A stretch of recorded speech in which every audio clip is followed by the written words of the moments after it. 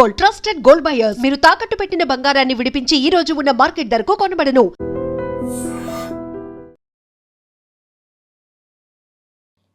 నమస్తే, welcome to I dream. నేను వాలి. ప్రస్తుతం స్టూడియోలో ఉన్నారు అనలిస్ట్ మందడి కృష్ణారెడ్డి గారు. మాట్లాడదాం. సార్ నమస్కారం. నమస్తే అండి. కృష్ణారెడ్డి గారు, ఇప్పుడు కొత్తగా H1B అబ్యూజ్ యాక్ట్ 2026 ఇది వస్తూ ఉంది. అంటే దీనివల్ల భారతీయులకి ఏమన్నా ఇబ్బంది ఉంటుందా? ఏమంటారు? ట్రంప్ రెండోసారి అధికారంలోకి వచ్చిన తర్వాత తను ఎలక్షన్లో వాగ్దానం చేసిన ప్రకారంగా అమెరికన్స్ ఫస్టు అనే నినాదానికి ప్రిఫరెన్స్ ఎక్కువ ఇచ్చాడు. అమెరికన్స్కు ఉద్యోగాలు రావడం లేదు. చాలామంది నిరుద్యోగులుగా మారిపోయారు. ఆ నిరుద్యోగుల్లో కొంతమంది దొంగలుగా, కొంతమంది బెగ్గర్స్గా మారిపోయే పరిస్థితి ఏర్పడింది. దానికి ముఖ్యమైన కారణం ఏంటంటే, ఇతర దేశాల నుంచి వలసవాదులు ఎక్కువ మంది అమెరికాలో ప్రవేశించి అమెరికన్స్ యొక్క అవకాశాలను కొల్లగొట్టారు, వాళ్ళు దోచుకున్నారు అనేటువంటి భావన ప్రజల్లోకి వెళ్ళింది. ఆ ప్రజల్లోకి వెళ్ళేటట్టుగా ట్రంప్ పార్టీ ఎక్కువ ప్రయత్నాలు చేసింది. దానికి విరుగుడుగా మమ్మల్ని గెలిపించండి, మేము వలసవాదుల్ని ఈ దేశం నుంచి పంపించేస్తాం, మీకు అవకాశాలు మ్యాక్సిమం వచ్చేట్టుగా చేస్తాం, నిరుద్యోగ సమస్యను రూపుమాపే ప్రయత్నం చేస్తాం మేము అని అనేక రకాల వాగ్దానాలు చేసింది. ఆ వాగ్దానాలు నిలబెట్టుకోవడానికి అనుగుణంగా చాలా ప్రయత్నాలు చేశారు. మనం చూసాం. వలసవాదులు ఎవరెవరైతే వచ్చారో, అంటే ఒక భారతీయులనే కాదు, చైనా నుంచి వచ్చినా మిగతా అన్ని దేశాల నుంచి వచ్చిన వాళ్ళని కూడా పెడరెక్కలు విడదీసి కట్టేసేసి తీసుకొచ్చి ఆ దేశాల్లో పడేసిపోయినటువంటి సంఘటనలు ఉన్నాయి. ఎయిర్పోర్ట్లో అలాంటి దృశ్యాలు చూసాం మనం. 35-40 సంవత్సరాల నుంచి స్థిరపడ్డటువంటి విదేశాలకు సంబంధించిన వ్యక్తులు వలసవాదుల్ని ఏదో ఒక చిన్న కారణం చూపించేసి వాళ్ళ వీసాలు రద్దు చేసి, వాళ్ళ సిటిజన్షిప్ రద్దు చేసి, వాళ్ళ గ్రీన్ కార్డులు రద్దు చేసేసి ఆ దేశం నుంచి పంపించిన సంఘటనలు కోకొల్లలు కొనమని. ఏకైక లక్ష్యం ఏంటంటే, తను ఒకటే అనుకుంటున్నాడు. ట్రంప్ ఆలోచన ఏంటంటే, ఈ దేశానికి లాభం చేకూర్చేవాడే కావాలి మాకు. ఈ దేశం నుంచి డబ్బులు పట్టుకుపోయేవాడు కానీ, ఈ దేశ సంపద తీసుకెళ్లేవాడు కానీ మాకొద్దు. వాడి దేశం నుంచి మా దేశం తీసుకొచ్చి పెట్టేవాడు కావాలి. లేదా వాడి బుర్రతోటి మా కోట్లు గడించి పెట్టేవాడు కావాలి. మా దేశ సంపదను పెంచేవాడు కావాలి. దానికి గాను అతనికి ఇచ్చేటువంటి డబ్బు ఏదైతుందో ఆ డబ్బును కూడా ఇక్కడే పెట్టుబడి పెట్టాలి, ఇక్కడే వాడు స్థిర నివాసం ఏర్పరచుకోవాలి, ఇక్కడే బతకాలి తప్ప ఇక్కడి నుంచి రూపాయి ఏ దేశానికి పంపించకూడదు. ఉద్యోగ అవకాశాలు, ఉపాధి అవకాశాలు మా వాళ్ళకి ఎక్కువ కల్పించేట్టు ప్రయత్నం చేయాలి. మాకు అలాంటి వలసవాదులు కావాలి. కానీ మన భారతదేశం నుంచి వెళ్ళే వాళ్ళు ఉదాహరణకు తీసుకుందాం. 54 లక్షల మంది సుమారుగా అమెరికాకు వెళ్ళారు ఇప్పటిదాకా. వీళ్ళల్లో అత్యధికులు ఎవరంటే మిడిల్ క్లాస్ పీపుల్. ఆ వెళ్ళడానికి కావాల్సిన టికెట్ డబ్బులు ఏదో అడ్జస్ట్ చేసుకొని, బ్యాంకు అకౌంట్ లాంటివి చూపించాలంటే ఎవడి అకౌంట్ నుంచో డబ్బులు వేయించుకొని, అన్ని ఫేక్ డాక్యుమెంట్స్ క్రియేట్ చేసుకొని వీసా పొంది అమెరికాకు వెళ్ళిపోయి అక్కడ స్కూల్లో, కాలేజీల్లో చేరి పార్ట్ టైం జాబ్స్ చేసుకుంటూ, లెక్క ప్రకారంగా స్టూడెంట్ వీసా మీద వెళ్ళిన వాడు ఎవడైనా సరే ఓన్లీ ఆ కాలేజీ ప్రిమిసెస్లలో ఉండేటువంటి ఉద్యోగాలు మాత్రమే చేయాలి తప్ప out side the college premises ఒక ఉద్యోగం కూడా చేయడానికి వీల్లేదు. కానీ ఏ హోటల్ వెతికినా మనవాళ్ళే దొరుకుతారు, ఏ పెట్రోల్ బంక్ వెతికినా మనవాళ్ళే దొరుకుతారు, ఏ డెలివరీ బాయ్ అయినా మనవాడే ఉంటాడు. సో ఇలాంటి పార్ట్ టైం జాబ్ చేస్తారు. అది కూడా 8 గంటల కన్నా మించి చేయడానికి వీల్లేదు. కానీ 12 గంటలు, 14 గంటలు కూడా పనిచేయడానికి మన వాళ్ళు సిద్ధపడ్డారు. 2-3 జాబులు కూడా ఒకే రోజులో చేసేందుకు కూడా సిద్ధపడ్డారు. అన్ని వైలేషన్స్ మొత్తం టోటల్గా అన్ని రూల్స్ అన్ని వైలేట్ చేసే పరిస్థితి మన దగ్గర ఉన్నది. ఏ రకంగానే సరే డబ్బు సంపాదించాలి, వీలైతే అక్కడ ఖర్చులకి ఉంచుకోవాలి, ఇంకా కొన్ని వీలైతే మళ్ళీ దేశానికి కూడా పంపించాలనే ప్రయత్నం చేసిన వాళ్ళే. కాబట్టి తప్పుడు పనులు చేసినటువంటి ప్రతి ఒక్కరిని, తప్పుడు వీసాలు క్రియేట్ చేసుకొని ఫేక్ డాక్యుమెంట్స్ క్రియేట్ చేసుకొచ్చిన వాళ్ళు కానీ, ఇక్కడికి వచ్చి మళ్ళీ ఫేక్ వర్కులు చేస్తున్నట్టు వాళ్ళు అవుతున్నారు, నిబంధనలు పాటించిన వాళ్ళు కానీ, ప్రతి ఒక్కరిని ఏరిపారేయాలనేది లక్ష్యంగా పెట్టుకున్నారు. తర్వాత H1B వీసాలు. H1B వీసా అనేది ఏమిటి అసలు వాస్తవంగా అంటే, ఒక్క అమెరికాలో ఉండేటువంటి కంపెనీ తనకు ఉద్యోగులు కావాల్సి వచ్చినప్పుడు ఆ ఉద్యోగంలోకి అమెరికాలో ఉండేటువంటి పౌరులకు ఆసక్తి లేదు, అర్హత లేదు, అర్హతన ఉండకూడదు, ఆసక్తన ఉండకూడదు, అలాంటప్పుడు దాన్ని ఇతర దేశాలకు ఇవ్వడానికి అవకాశం ఉంటుంది. ఫస్ట్ ఆఫ్ ఆల్ ఆ ఉద్యోగం ఇవ్వడానికి ఏం చేయాలంటే ముందర ఆసక్తి లేని విషయాన్ని క్రియేట్ చేయాలి, అర్హత లేని విషయాన్ని క్రియేట్ చేయాలి, రెండు ఏదో ఒకటి క్రియేట్ చేయాలి. చేయడానికి వీళ్ళు చేసినటువంటి పని ఏంటంటే ముఖ్యంగా తక్కువ సాలరీ పెట్టడం. అమెరికన్లో ఎవరికైనా ఉద్యోగం ఇవ్వాలంటే ఖచ్చితంగా వాళ్ళకి 4 to 5 times ఎక్కువ రేట్లు ఇవ్వాలి. ఇక్కడ $100 ఇస్తే అక్కడ $500 ఇవ్వాలి. అంటే అది నియమం.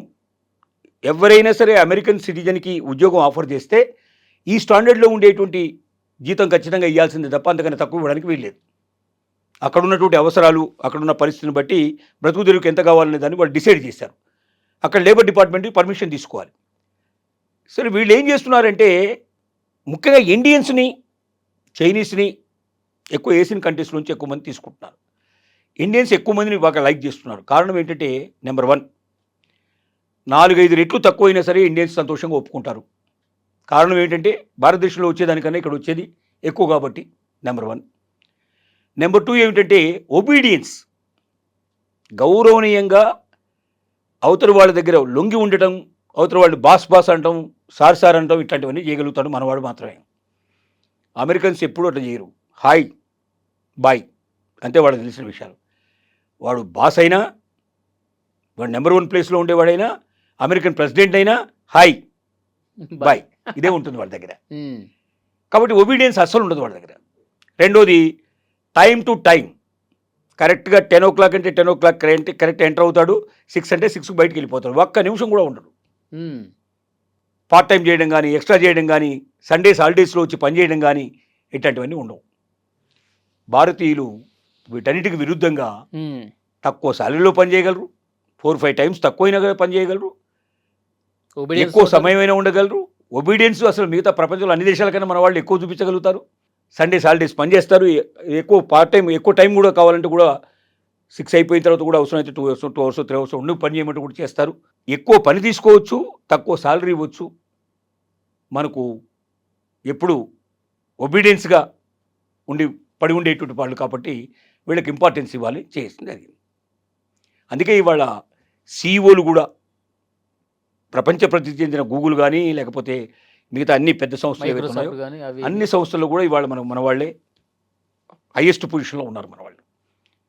దానికి కారణం ఏంటంటే అట్లా ఎదిగారు వాళ్ళు. అంటే వాళ్ళ విశ్వాసం చూరుకున్నారు, కంపెనీకి అట్లా ప్రాఫిట్స్ వచ్చేట్టు చేశారు, ఆ రకమైన స్టేజ్కి వచ్చేసారు వాళ్ళు. సో ఇప్పుడు ఉన్న వాళ్ళని వదిలించుకోవడం ఎలాగా, కొత్త వాళ్ళని రానియకుండా చేయడం ఎలాగా అనేది దీని ముఖ్య ఉద్దేశం. ఏది H1B వీసా అబ్యూజ్ యాక్ట్ ఏదైతే ఉందో దాన్ని తప్పించడంలో కొత్త వాళ్ళని ఎట్టి పరిస్థితుల్లో రానియకుండా చేయాలి. నెంబర్ 1 కండిషన్ వాళ్ళు ఏం పెడుతున్నారంటే 3 సంవత్సరాల దాకా H1B వీసాలు రద్దు చేయాలి. ఫస్ట్ వాళ్ళు ఈ యాక్ట్లో పెట్టింది. ఇంకా 3 సంవత్సరాల దాకా H1B వీసాలు ఉండవు. ఓకే, వీసాలు ఎవరు ఇంకా 3 సంవత్సరాల తర్వాత కూడా అవసరమైతే అప్పుడు నిర్ణయిస్తారు. అసలు మొత్తం H1B వీసాలు లేకుండా చేస్తే బాగుండదు వాళ్ళ ఉద్దేశం. ఇప్పుడు అప్లికేషన్ పెట్టుకున్న వాళ్ళకి ఇంకా 3 సంవత్సరాలు ఇంకా ఏముండదు, ఇక అవకాశం ఉండదు ఇక. ఓకే. నెంబర్ 2 ఏమిటంటే అది హైయెస్ట్ శాలరీ పే చేయాలి. $2 lakhs per annum compulsory pay చేయాలి. $2 లక్షల అంటే సుమారుగా 1,85,00,000 1,90,00,000 సంవత్సరానికి. ఆ ఉద్యోగాలు అది మాత్రమే H1B వీసాలో ఉండాలి. H1B వీసా ఇవ్వాలంటే మినిమం అంత హైయెస్ట్ శాలరీ ఉండే వాళ్ళకే H1B వీసాలు ఇష్యూ చేయాలి. అంటే అంత క్వాలిటీ పీపుల్ మాత్రమే మీరు ఉద్యోగంలో పెట్టుకోవాలి. ఇప్పుడు ఎందుకు అమెరికన్స్ని తీసుకోకుండా ఇతర దేశాల వాళ్ళు తీసుకుంటున్నారు? తక్కువ అమౌంట్లో వస్తున్నారనే కదా. ఎక్కువ అమౌంట్కి మరి అయ్యేటప్పుడు ఎట్టి పరిస్థితులు వాడికి ఏం అవసరం ఉంటుంది? ఇక అప్పుడు అమెరికన్స్ తీసుకుంటే ఈ గొడవ అంతా లేదు కదా. ఎందుకంటే ఒక్కొక్క H1B వీసా దాడి మీద $2 లక్షల $1,00,000 వేశారు. ఇప్పుడు $1,00,000 కట్టి కానీ H1B వీసాకి అప్లై చేసే అవకాశం ఉంది. ఎవరు కట్టాలి $1,00,000? కంపెనీ కట్టాలి. అంటే సెలెక్ట్ చేసుకుంటారు వాళ్ళు, పలాని వాడిని ఇంటర్వ్యూ పిలుస్తున్నారు, అతనికి H1B వీసా ఇవ్వాలంటే $1,00,000 పే చేసి నువ్వు అతను పిలుచుకో కండిషన్ పెట్టారు. అంటే ఇక పైన H1B వీసాకు వాళ్ళు అప్లికేషన్ రావాలంటే $1,00,000తో రావాలి. ఆ అప్లికేషన్ $1,00,000 అంటే దాదాపు 1,85,00,000 2 కోట్ల రూపాయలు ఒక క్యాండిడేట్ మీద ఖర్చు పెట్టాలి. దానికన్నా అమెరికన్ తీసుకుంటే ఈ బాధలు లేవుగా. ఎందుకంటే శాలరీ అది ఈక్వల్గా ఇవ్వాల్సిందే. అమెరికన్స్కి ఏ శాలరీ ఇస్తున్నారో అదే శాలరీ ఇప్పుడు H1B వీసా మీద తీసుకొచ్చిన వాడికి ఇవ్వాల్సిందే. పైపొచ్చి మళ్ళీ $1,00,000 ఎందుకు? ఇంకా అమెరికన్ తీసుకుంటే $1,00,000 అవసరం లేదు కదా, వీసా అక్కర్లేదు కదా, లోకల్ వాడిని తీసేసుకోవచ్చు కదా. అంటే ఎట్టి పరిస్థితుల్లో లోకల్ వాడినే తీసుకుంటట్టు చేయాలి, బయట వాడిని ఆపేయాలి అనే కారణం. మూడోది ఏంటంటే స్టేటస్ను చేంజ్ చేసుకోవడం. అంటే ఒక వీసా నుంచి ఇంకొక వీసాకు చేంజ్ చేసుకునే అవకాశాలు గతంలో ఉండేవి. H1B వీసా మీద వెళ్ళాడు, 3 ఏళ్ళు పనిచేశాడు, తర్వాత ఇంకొక వేరే ఆపర్చునిటీస్ వచ్చాయి H1B వీసా లేకుండా, అప్పుడు వేరే వీసాల కింద చేంజ్ చేసుకోవడానికి అవకాశాలు ఇంతకుముందు ఉండేవి. ఇప్పుడు H1B వీసా మీద వచ్చిన వాడు H1B వీసా మీదనే కంప్లీట్ చేయాలి. ఒకసారి పూర్తయిన తర్వాత నో మోర్ ఎక్స్టెన్షన్, ఇంకా మళ్ళీ ఎక్స్టెన్షన్ ఉండదు. మళ్ళీ వెళ్ళాలి, మళ్ళీ ఫ్రెష్ క్యాండిడేట్ కింద మళ్ళీ అప్లై చేసుకోవాలి. మళ్ళీ వేరే వీసా కావాలంటే మళ్ళీ $1,00,000 కట్టేసుకుని మళ్ళీ రావాల్సిందే, కంపెనీ నుంచి రావాల్సిందే. సో దానివల్ల ఏమవుతుందంటే గ్రీన్ కార్డుకి అప్లై చేసే పరిస్థితి కానీ సిటిజన్షిప్కి ఉండేటంగా అవకాశం లేదు. గ్రీన్ కార్డు కావాలన్నా సిటిజన్షిప్ కావాలన్నా చాలా టైం పడుతుంది. 40 ఏళ్ళ నుంచి 50 ఏళ్ళ నుంచి 80 ఏళ్ళ నుంచి వెయిట్ చేస్తున్న వాళ్ళు ఉన్నారు. ఇంతవరకు కార్డు రాని వాళ్ళు, ఇంతవరకు సిటిజన్షిప్ రాని వాళ్ళు ఉన్నారు. ఇక ఇప్పుడు కొత్త విధానాలు నిబంధనలు పాటిస్తే అసలు జీవిత కాలంలో రాదు కదా, 3 తరాల వరకు కూడా రాదు. సరే, ఇక్కడ ఇప్పుడు ట్రంప్ వచ్చాడు కాబట్టి అమెరికన్స్కి పెద్దపీట వేస్తాను, అమెరికాకి ఎవరైతే సంపద క్రియేట్ చేస్తారో వాళ్ళు మాత్రమే తీసుకుంటాను, ఆయన ఉద్దేశం ప్రకారం నిబంధనలు తీసుకొచ్చాడు. ట్రంప్ పోయాడు అనుకోండి, ఆయన నెక్స్ట్ టైం ఉండదు, నెక్స్ట్ టర్ము, అప్పుడు ఇంకొకళ్ళు వస్తారు, అప్పుడు ఇంకొకళ్ళ నిబంధనలు, పాత నిబంధనలు తీసుకొచ్చే అవకాశం ఉందా? కానీ ప్రజల మనసుల్లో బాగా చొచ్చుకుపోయిన తర్వాత ఏమని, మనకు ఉద్యోగాలు, మన ఉద్యోగాలన్నీ కూడా వలసవాదులు మొత్తం ఎత్తుకెళ్ళిపోతున్నారు, మనకు ఉద్యోగాలు రాకుండా చేస్తున్నారు, మనకు ఉపాధి రాకుండా చేస్తున్నారు, మనకు అవకాశాలు మొత్తం దోచుకుంటున్నారు వాళ్ళు అనేటువంటి మనసులో ముద్ర బలంగా పడ్డాక కొత్తగా ఏ ప్రెసిడెంట్ వచ్చినా వాడికి ముందు ఈ కండిషన్స్ పెడితేనే కానీ వాడిని ఎలక్ట్ చేసుకునేట్టు పరిస్థితులు లేనట్టు సిచ్యువేషన్స్ వచ్చేస్తున్నాయి ఇప్పుడు. ఓకే, సో అన్ని పార్టీలు తప్పక అమలు చేయాల్సినటువంటి పరిస్థితి తీసుకొచ్చారు. కాబట్టి భవిష్యత్తు లోపల ట్రంప్ రేపు పొద్దున్న నెక్స్ట్ ఎలక్షన్లో గెలవకపోవచ్చు. ఇప్పుడే చాలా అతనికి వ్యతిరేకత చాలా వచ్చింది. 68% పీపుల్ ఇప్పుడు దాదాపు వ్యతిరేకంగా ఉన్నారని తెలుస్తోంది. నెక్స్ట్ టర్మ్ ఉండదులేండి, నో కింగ్స్ అని చెప్పి ఎక్కడ చూస్తే అక్కడ కష్టమేనట. అది నెక్స్ట్ టైం కష్టం. ఈ యుద్ధంతో మరింత బలహీనపడ్డాడు ఇప్పుడు పరిస్థితి, సిచ్యువేషన్స్. కాబట్టి నెక్స్ట్ టైం రాకపోవచ్చు. కానీ ట్రంప్ వారసుడు ఎవరైతే వస్తారో వచ్చేవాడు కూడా ఈ విధానాలను నేను పాటిస్తానని చెబితేనే తప్ప వాడు గెలవగలిగే పరిస్థితులు ఉండకపోవచ్చు అనేది చాలామంది అమెరికన్స్ యొక్క అభిప్రాయం, నిపుణుల యొక్క అభిప్రాయం కూడా ప్రపంచవ్యాప్తంగా వినబడుతుంది. ఏది ఏమైనప్పటికీ H1B వీసా అబ్యూజ్ యాక్ట్ అనేది పాస్ అయితే మాత్రం, ఇప్పుడు పార్లమెంట్లో ప్రవేశపెట్టారు దానికి ఏదో టైం ఇస్తారు, డేట్ ఇచ్చారు. ఆ డేట్ నాడు ఎలక్షన్స్ జరుగుతాయి. ఆ ఎలక్షన్లో ఒకవేళ విన్ అయితే మాత్రం టోటల్గా ఇండియన్స్ చాపదుట్టుకుని వెనక్కి రావడమే జరుగుతుంది. ఎందుకంటే మళ్ళీ కొత్త నో మోర్ ఎక్స్టెన్షన్ కదా. H1B వీసా అయిపోగానే ఇంకా వేరే దాంట్లో దేంట్లో పడి దాంట్లోకి ఇంత ముందు పోయేవాడు, అట్లా పోవడానికి అవకాశం లేదు. ఇండియాకి వచ్చేసేయాల్సిందే. ఓకే, అంటే ఎన్ని సంవత్సరాలు ఇస్తారు సార్? ఇప్పుడు ఎన్ని సంవత్సరాలు అక్కడ ఉండడానికి H1B వీసా? అంటే 3 ఏళ్ళు 5 ఏళ్ళు అట్లా కొంత కరెక్ట్ పీరియడ్ అని ఇట్లా ఉండదు. వాళ్ళు ఆ ఉద్యోగానికి కొంత పరిమితి ముందు తీసుకుంటారు, పర్మిషన్. ఆ పర్మిషన్ తీసుకున్నప్పుడు వాళ్ళు కొంత లైసెన్సులు పే చేయడం అట్లాంటివన్నీ కొన్ని ఉంటాయి. సహజంగా 3 ఇయర్స్ మినిమం ఉంటుంది, మ్యాక్సిమం 5 ఇయర్స్ 10 ఇయర్స్ దాకా కూడా పోయినట్టు కేసులు ఉన్నాయి. అంటే మళ్ళీ రెన్యువల్ చేసుకునేట్టు అవకాశాలు ఉండేవి ఇంతకుముందు.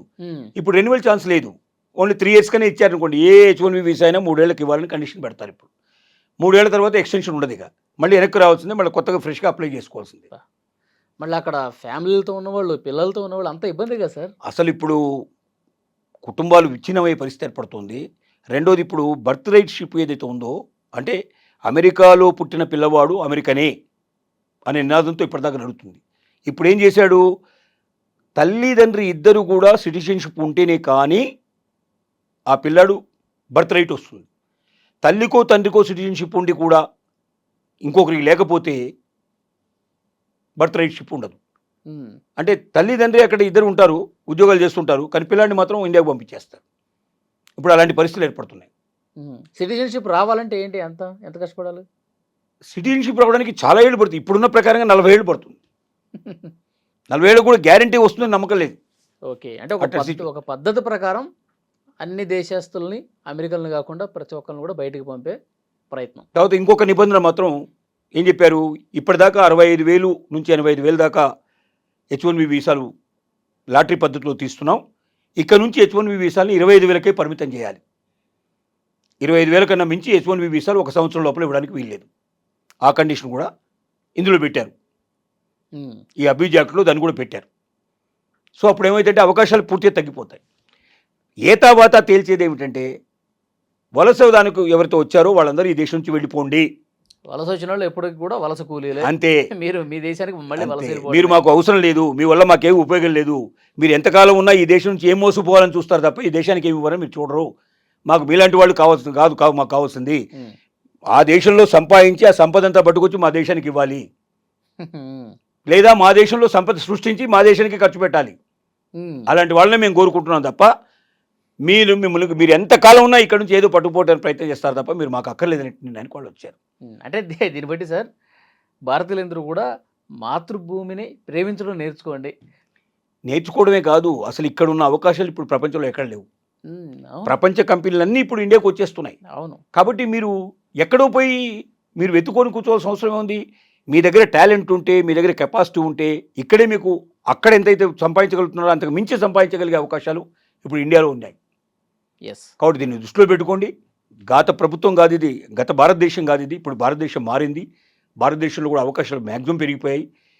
ఇంత హీనంగా చూసే ఒక దేశం లోపల అసలు దీనికి ఇదే కాదు, వీళ్ళ మీద దాడి, ఇండియన్స్ మీద ఎట్లాంటి దాడి చేస్తున్నారంటే ఎక్కడైనా వాళ్ళకు రోజు ఆన్లైన్లో పంపించేటువంటి వాట్సాప్లో కానీ మిగతా వాటిల్లో కానీ వీళ్ళని తిట్టుకుంటూ వీళ్ళని విపరీతంగా అబ్యూజ్ చేసుకుంటూ మెసేజ్లు పంపిస్తున్నారు. ఎక్కడికైనా పోయినా కూడా ఇండియన్ అని చెప్పి చాలా లేకిగా ప్రవర్తిస్తున్నారు, చాలా అసహ్యంగా చూస్తున్నారు, సెకండ్ గ్రేడ్ సిటిజన్ లాగా చూస్తున్నారు. అవును.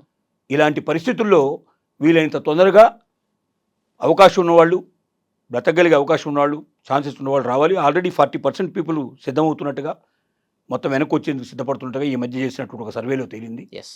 సో అలాంటి పరిస్థితులు కూడా భవిష్యత్తులో ఉత్పన్నం కావచ్చు. చాలా బాగా వివరించారు sir. Thank you very much. Thank you.